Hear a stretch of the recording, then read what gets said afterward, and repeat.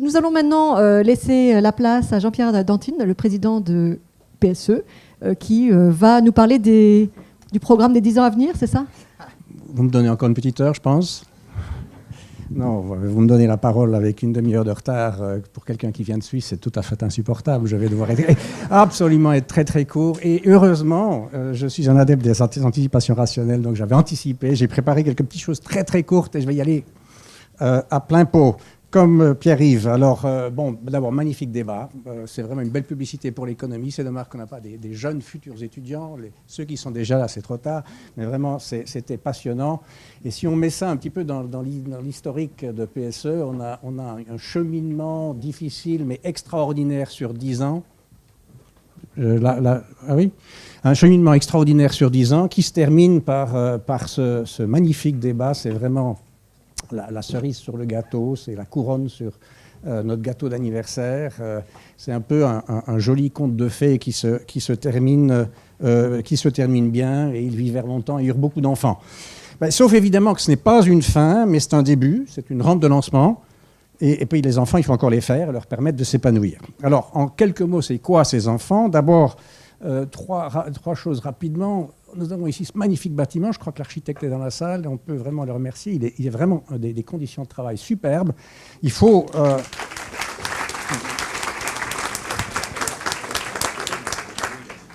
les exploiter. Il faut exploiter les synergies. Il faut exploiter les collaborations. Il faut développer et renforcer une culture de l'école, de culture de PSE. Et ça, c'est quelque chose. C'est un beau défi pour les habitants de cet immeuble. Il ne faut pas rater cette opportunité. Deuxième point, je ne vais pas insister là-dessus, mais enfin, il faut finaliser le positionnement institutionnel de PSE. Ce n'est pas absolument encore tout à fait clair, pas aussi clair et solide que le bâtiment qui nous abrite. C'est un chantier en cours qui occupe beaucoup la direction avec nos membres fondateurs. Nous devons le mener à bien dans les mois qui viennent. Troisièmement, on en a parlé, on a parlé beaucoup d'argent. Il faut évidemment renforcer l'assise financière de PSE. Je pourrais peut-être prendre les statistiques de Thomas pour dire vraiment les conditions sont extraordinaires par rapport à d'où on vient, mais l'assise est extrêmement mince et fragile. Par exemple, si on compare avec les autres institutions top 10 du classement RIPEC. Et alors on a proposé qu'on pourrait faire un classement en termes par output par euro dépensé. Ça nous mettrait sûrement tout à fait à la pointe, mais c'est quand même pas très satisfaisant. Il faut travailler sur le numérateur et pas seulement mettre en évidence le dénominateur. Ces trois directions, c'est au fond assurer les fondements, c'est assurer les bases architecturales, c'est fait, mais il faut les exploiter. La base institutionnelle, c'est pour bientôt, et la base financière qui demandera pas mal de travail pour notre avenir. Et alors pour faire quoi? Je ne vais pas aller très loin maintenant. Je pense que le mot-clé, c'est augmenter, développer, travailler au rayonnement international et national de PSE.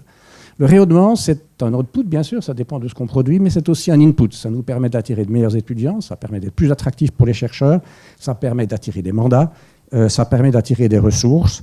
Et il faut travailler au rayonnement en combinaison, en accord, dans une stratégie win-win avec les institutions fondatrices.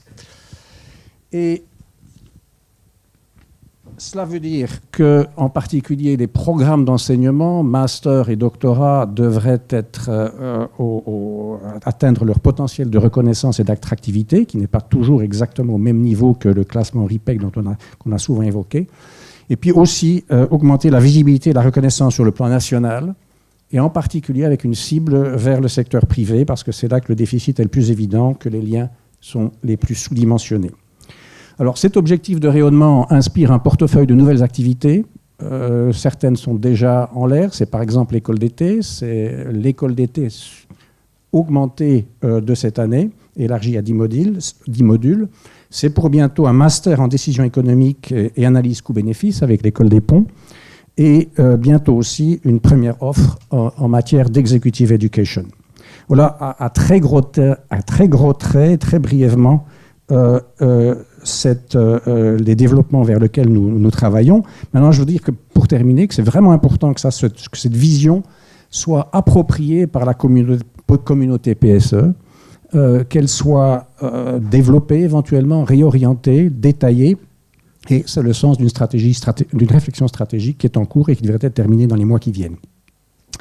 Voilà, pour cette journée anniversaire, certainement un hommage aux visionnaires qui ont fait les 10 ans de PSE, qui l'ont amené là où il est aujourd'hui. Un merci à l'équipe de direction actuelle, qui a l'habitude de dire merci, mais il est utile aussi de souligner que l'équipe de direction habituelle, Pierre-Yves, Jean-Olivier, Jean-Marc,